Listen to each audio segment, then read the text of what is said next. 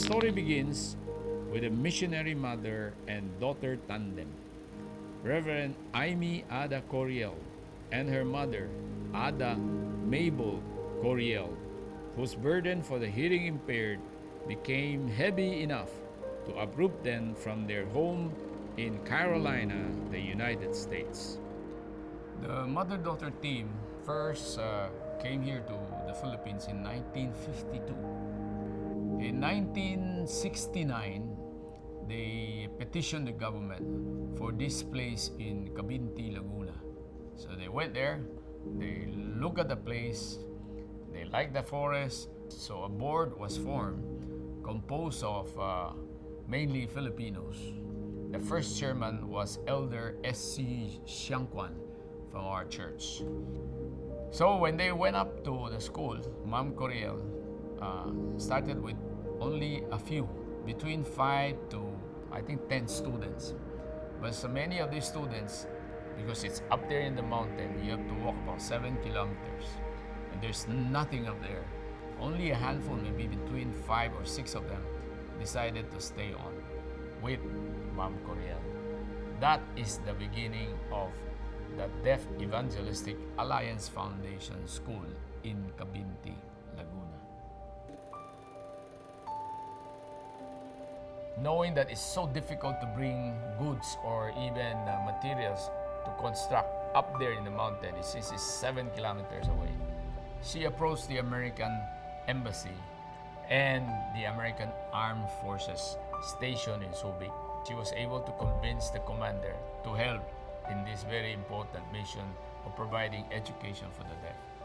So the American agreed to use their helicopters, huge helicopters, flying materials from lowland to Cabinti, using it as a training for their pilot from Manila all the way to Cabinti, Laguna.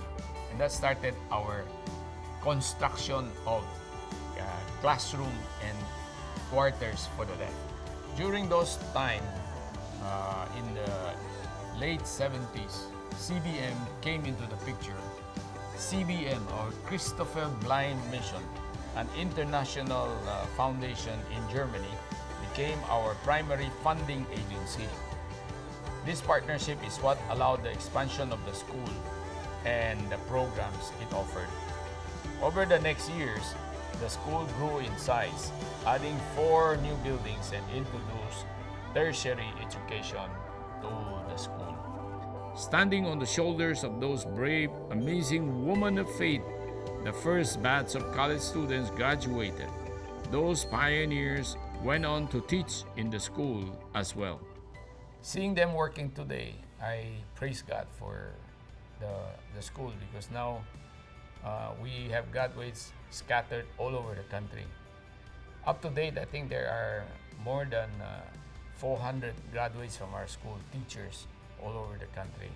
And in fact, we have international students who graduated who are now in Africa, in US, in Guam, Honolulu, Japan, and even in Korea. So these are fruits developed or planted or born out of the labor of the mother-daughter Coriel team. In 1990, another Deaf Inc. school offering basic education was built in Aborlan, Palawan.